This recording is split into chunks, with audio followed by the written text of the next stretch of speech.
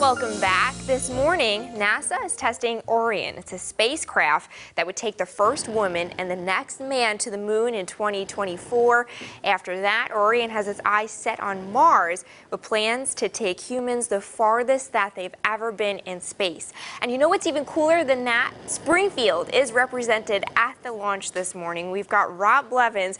He's the executive director with the Discovery Center this morning, one of the few people across the country that was chosen to go check out this test live. Good morning, Rob. How's it going in Cape Canaveral? Good morning. It's sunny, beautiful, and we're looking at good conditions for a launch right now.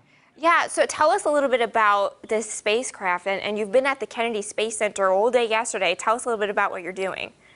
Oh my gosh, I got to do all kinds of amazing things. I got to see the crawler up close and personal. I got to touch it, and that is the 6.6 million pounds of equipment that will carry the rockets and the shuttles, the spacecrafts, to the launch pads. But the Orion spacecraft, it's a vehicle that's designed so that it can take us through sustained flight into reaches of the galaxy, Mars in 2030.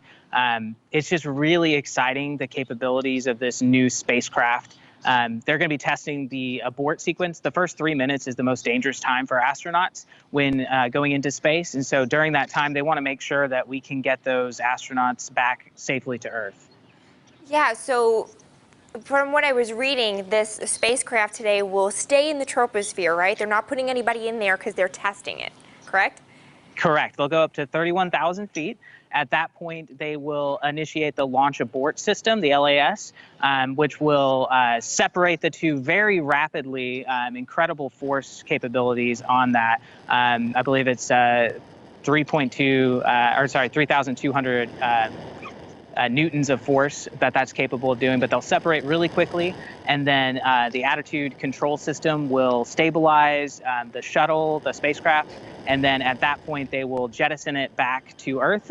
Normally parachutes would pop out at some point, but they've already tested the parachutes. It's really expensive to include them in this test, and so they're really just trying to get the data of how this system performs, because in the next 4 years, we're hoping to be putting humans in this. Like you said, the first woman to visit the moon and the first man to return since we've been almost 50 years ago this month. Wow. Yeah, that's right. We've got that anniversary coming up here. Now, it sounds like you've learned so much being at the Kennedy Space Center. Tell us what it's been like to represent Springfield there and how you've brought some of that back to Springfield while you're still in Florida. Oh, that's really the best part, is what I get to bring back to the Ozarks, because it's not often that we get to talk about space travel or launches or anything like that here in the Ozarks, or I should say there in the Ozarks. So I've been live streaming with students in camps, visitors at the Discovery Center, sharing our experiences. They've gotten to ask NASA scientists and engineers questions that they have. Some of them, really deep questions like, why do we need to go to space? It's been a really fun time, and some of them really hard questions to answer too. But the students have just really been enjoying it. You can see there that they're crowded around the screens and interacting, and it's just been a real pleasure getting to do that. And hopefully we're inspiring some of the next astronauts and space sailors is what we're trying to find.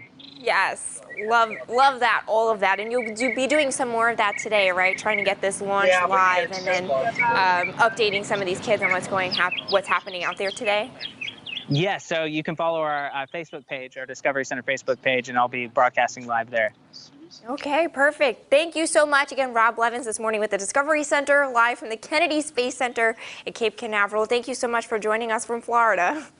Absolutely. See you soon.